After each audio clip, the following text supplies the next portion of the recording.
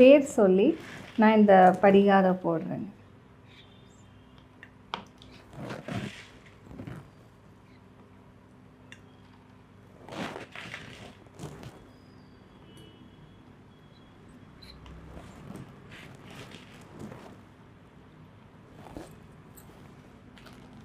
இதில் மஞ்சள் போடும்.